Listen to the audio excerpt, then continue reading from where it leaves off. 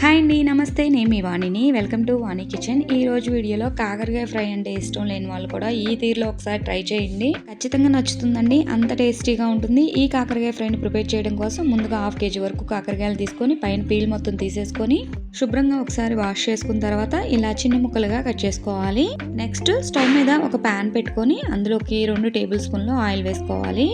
Oil heat అయిన తర్వాత ఈ కాకరకాయ ముక్కలను వేసుకొని కలుపుకుంటూ ఫ్రై చేసుకోవాలండి.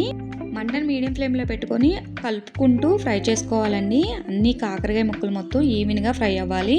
ఈ కాకరకాయ ముక్కలు ఫ్రై అయ్యే లోపల మనం ఈ కాకరకాయ ఫ్రైలోకి వెల్లుల్లి కారాన్ని ప్రిపేర్ చేసుకుందాం. దానికోసం స్టవ్ మీద ఒక ప్యాన్ పెట్టుకొని 1 టేబుల్ స్పూన్ ధనియాలు వేసుకోవాలి. 2 ఇంచుల కొబ్బరి ముక్కను తీసుకొని ఇలా చిన్న ముక్కలుగా కట్ చేసుకొని వేసుకోవాలి. ఇవి మొత్తం ఫ్రై అయిన తర్వాత 2 టేబుల్ స్పూన్ నువ్వులు వేసుకోవాలి. ఈ నువ్వులు కూడా అన్ని ఫ్రై అయిన తర్వాత గ్యాస్ టర్న్ ఆఫ్ చేసుకొని ఇవి కంప్లీట్గా చల్లారిన తర్వాత మిక్సీ జార్లోకి వేసుకోవాలి. ఇందులోకి 1 స్పూన్ ఉప్పు, 1 టేబుల్ స్పూన్ కారం వేసుకోవాలి. 1 అర స్పూను గరం మసాలా వేసుకోవాలి. ఒక 10-12 వెల్లుల్లి రెబ్బలను వేసుకోవాలి. మూత పెట్టుకొని మరీ మెత్తగా కాకుండా కొంచెం బరగ్గా బ్లెండ్ చేసుకోవాలి. ఇలా బ్లెండ్ చేసుకున్న ఉల్లికారాన్ని పక్కన పెట్టేసుకోండి. ఈలోపు కాకరకాయలు కూడా ఒక 60-70% ఫ్రై అయిపోయాయి.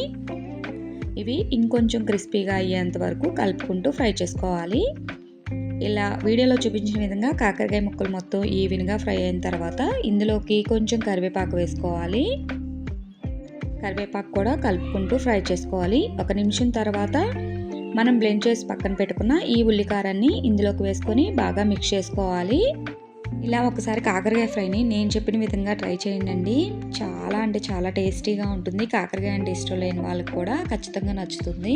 ఇలా ఒక 2 నిమిషాలు కాకరకాయ ఉల్లికారాన్ని కలుపుకుంటూ మిక్స్ చేసుకున్న తర్వాత గ్యాస్ టర్న్ ఆఫ్ చేసుకొని పక్కకు దించేసుకొని వేడి రైస్లో వేసుకుని తింటే చాలా అంటే చాలా బాగుంటుందండి.